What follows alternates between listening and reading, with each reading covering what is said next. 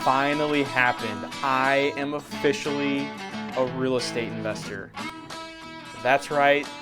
Last Friday, my wife and I officially closed on our first real estate investments, and we are both in our 20s. Now, I'm gonna be super honest with you guys. I had this huge or elaborate plan to make this cool vlog style type video with the rental on the closing, doing the updates, the renovations, getting the final touches done. I wanted to have all this filmed for you guys.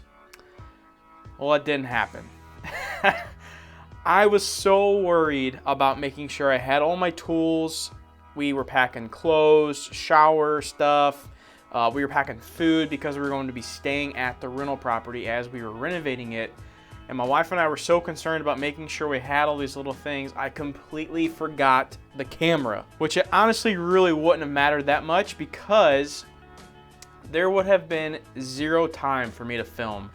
My wife and I worked our off this whole past weekend.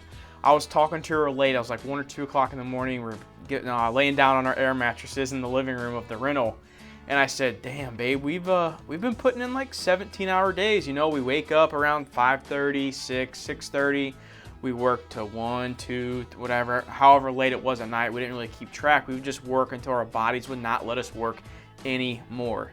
But the good thing is my wife came in clutch. She got a little walk around video and she got some pictures of us doing some work, and I'll link them up somewhere around here as I'm talking throughout the video. So Thursday night, we drove in after I got off work. I tried to leave work a little early. Didn't happen, shocker. And we started heading towards Kansas City. I did a quick live video on the drive to Kansas City on my Instagram. If you guys aren't following me on there yet, go follow me at JJ Buckner, and that way you don't miss that next live stream. But also, we got in late. I think it was around 9, 10 o'clock into Kansas City. We stayed with some friends of Lindsay's. The closing process went super smooth. It was super fast. We got in there. We actually got to meet my realtor face to face for the first time.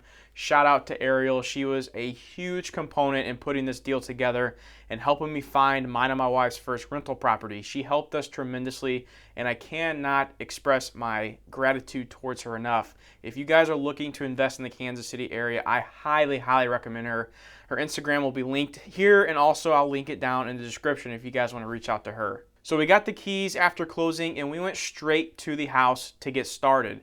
Now, driving up Thursday night, I was checking out the weather forecast, and it looked like that it was supposed to rain all day, Saturday and Sunday, which really sucked because our main project we wanted to get done, we wanted to start on Friday because we knew it might take a while or the whole weekend to get that project done.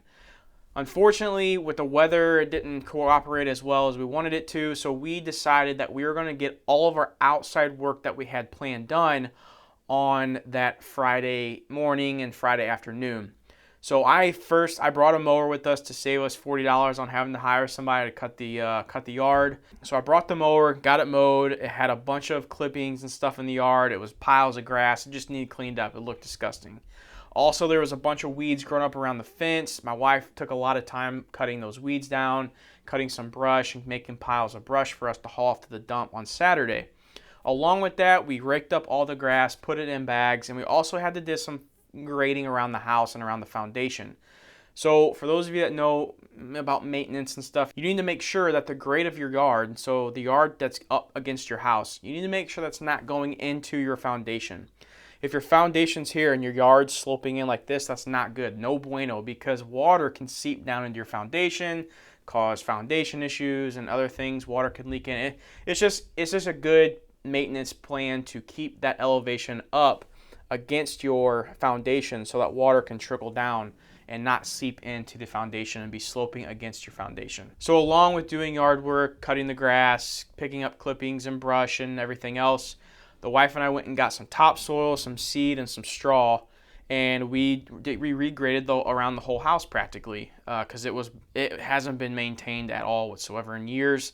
It was sloping really bad into the foundation, so we decided to lay some topsoil, slope it away from the foundation. We replanted new seed around the yard and in where we put the new topsoil down, and we restrawed it as well. And with it raining Saturday and Sunday, that was perfect to get that initial rain and initial watering because we're not going to be up there to be able to water it at a later date. I also took off some awnings on the outside of the house, and again, I'll link those pictures up here a little before and after, and you guys can see how big a difference that really made it. And I knew going into that was one of the big things that was going to help on curb appeal, was getting those old, I don't know if they're from the 60s or 80s or whatever, but they looked old and outdated. So I pulled those off. I pulled off some paint on the exterior of the house. So Lindsay had to do her magic, and she went and got I don't know how she did it, but she matched the paint almost perfectly. We didn't have anything that we could take off the house to go up there and have it matched. So it was completely done by the naked eye of Lindsay, and she nailed it. So I was able to touch up around the windows where it needed to be done. So Saturday was an interesting day. I had to take a bunch of stuff, those awnings, a bunch of yard brush and bags of grass and stuff like that to the dump because we didn't have any trash service there. So I was going to have to drive that to the dump, and I wouldn't have been able to do it on our way out because we had everything packed in the truck, tools wise and mowers and everything. So I wouldn't have been able to fit that in the bed of my truck. So I needed to get rid of it Saturday morning. So as soon as the dump opened, I called. I said, hey, I got some stuff. Is this allowed? They said yes. It was like a 30-minute drive to the nearest dump because everywhere else was closed on Saturdays. So while I'm driving to the dump, get this, guys, and you guys who invest in real estate or who have done renovation work, you're probably going to not be shocked about this, but we had floor installers planned, and I planned this out months ago. Right when I knew we were closing on the house and we got our offer accepted, I got these appointments set up with the flooring company. Well, the guy called me. Well, actually, I called the guy because it was like 9:30 and I still haven't heard from him, and no one showed up to the house yet.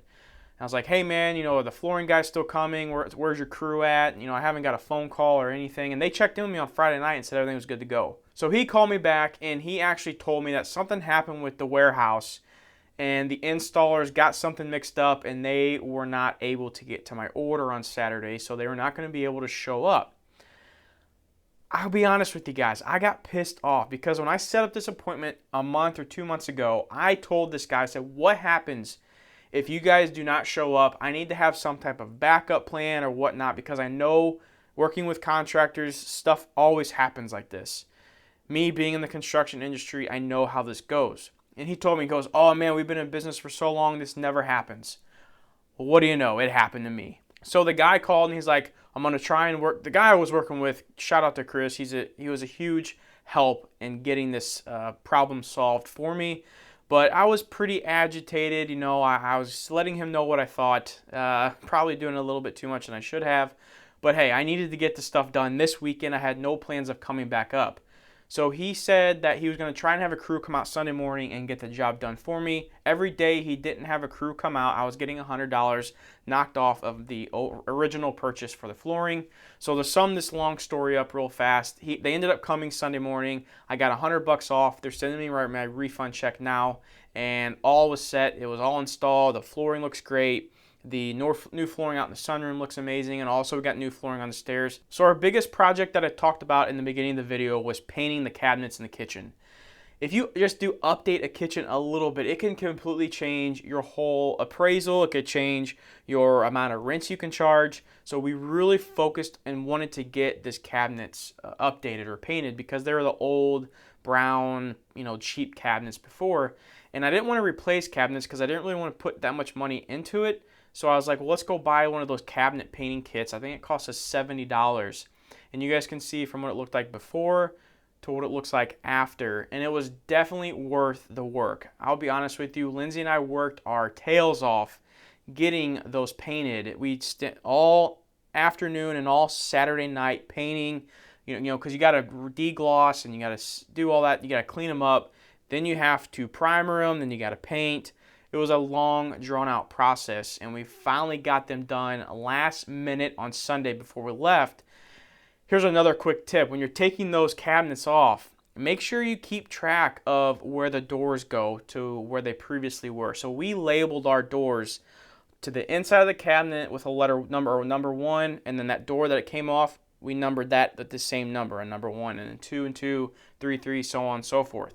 The problem that happened to us was the hinges that we took off the doors that have been on there for years, we didn't label them. We just piled them all in a big pile when we took them off, and that's what gave me a ton of trouble when I went to go put them back on, because from them being on there so long on those doors, they all fit a little different. The screw holes were all a little different. So when I would go to put them back on the cabinet or I'm sorry, on the actual trim itself to try to hang the door back up. Nothing was lining up right. The doors were rubbing. It was all off-centered and it looked horrible. So I took so much extra time out of my day on Sunday trying to get that fixed, and it was just a hassle that could have been covered up if we would have labeled and kept those original hinges with that door. So if you guys plan on painting your cabinets, that's a little quick tip on that to make sure you keep the hinges, tops and bottom, label them with the door, the same number that you labeled that cabinet. So the cool thing is that the rental is officially being listed. It's being marketed for renters, and tenants are already applying. They're already coming in. It's only been on the market for a day. So that is good news. That's telling you that we're priced right. On Zillow, there's already a bunch of contacts that have sent in their applications, and we're looking to hopefully get it rented relatively soon. Now, like I said, during this process, I am going to keep you guys updated. I'm going to let you all know whenever tenants get put in. I'm going to let a couple months go through, get those checks, and I'm going to go over the numbers with you. We're going to compare how my original analysis did before I purchased the property compares to my actual numbers and the rent coming in and the maintenance and everything and how that applies. And we're going to see how I did. We're going to see how I matched up and see if there's something that I need to change in the future when I go buy the next deal, or I just keep doing what I'm doing because the process is working and there's nothing to change. So what is next on the list? What's the next big goal real estate investing wise? So a little bit ago, Lindsay and I, well, about 2 years ago, Lindsay and I had plans to build our kind of forever dream home. We weren't really on the financial independence road as heavy as we are now, and after really starting the YouTube channel and really honing in on the FIRE movement more, we did some drastic changes. We decided not to build that dream home and that a big forever home, and we bought a relatively smaller, cheaper, older home to be able to have a lower mortgage and to be able to go and invest in real estate a lot heavily than we would be able to if we would have built that bigger, more expensive home. So that lot right now is sitting. We bought it for cash for $36,000 2 years ago. We paid cash for it. So that's $36,000 that is tied up in that property. And we've talked about just keeping it and building the house at a later date when we're more set up financially and have investments and everything set up. But I really don't want to be sitting on that money. Right now it's probably worth about $42,000. I think I could get 42 out of it. So that'd be what, 4 or 5, that's $6,000 I made from sitting on it for 2 years. Not too bad, but I want to pull that money out of that property and I want to go buy another rental property. And honestly, with that $42,000, I could probably go buy 1 or 2 properties that are kind of the same area that I'm in right now with this first rental, or I could go buy maybe a little nicer multifamily in Kansas City and be in a little nicer area, maybe not get as much cash flow, but maybe get a little more appreciation and probably a little better quality tenant in that as well. So that's the big plan going in the future. We're working on selling this lot. So we're hoping it sells relatively soon and we will be able to turn around and reinvest that money back into the real estate business and buy more properties. And don't worry, you guys will come along for that ride when it happens.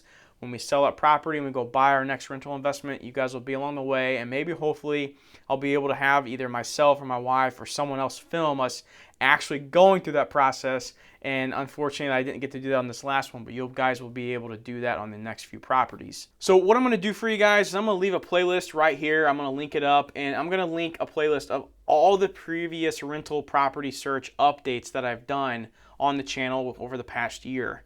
So you guys can go watch those from the first video to the middle updates to the one now. Will all be in this playlist if you guys want to get caught up and see what I've gone through, what I've did differently, and kind of my change in direction to closing on this property last Friday. So I want to thank you guys so much for watching, and until the next video, y'all take care.